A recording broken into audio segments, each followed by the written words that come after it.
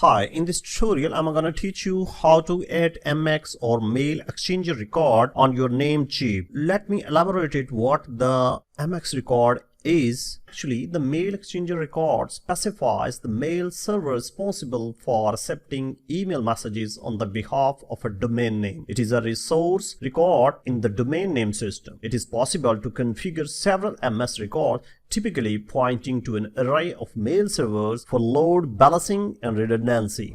Now we are going to do it practically.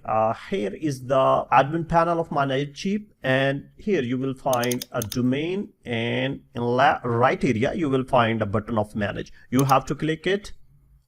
Here we go, and you have to go to advanced DNS.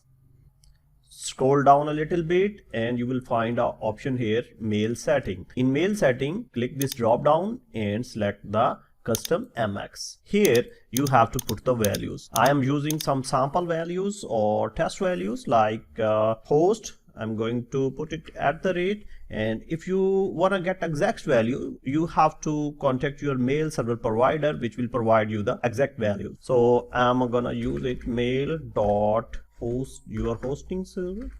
Here will be the name of your hosting server, and in priority I'm gonna put it 10.